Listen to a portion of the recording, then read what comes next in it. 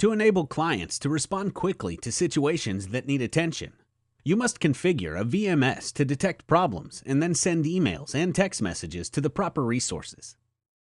In this video tutorial, you will learn how to view and open an alarm in the Alarm Manager. To open an alarm, click the Alarm Manager tab. The Alarm Manager shows the related maps and cameras that are associated with the alarm. The Quick Filters pane shows a summary of past and current alarms. The alarm list contains more detail and gives you access to the alarms. Double-clicking on an alarm will open it. These columns and others can be added in the management client. Let's double-click to open the alarm at 11:48 and 25 seconds a.m.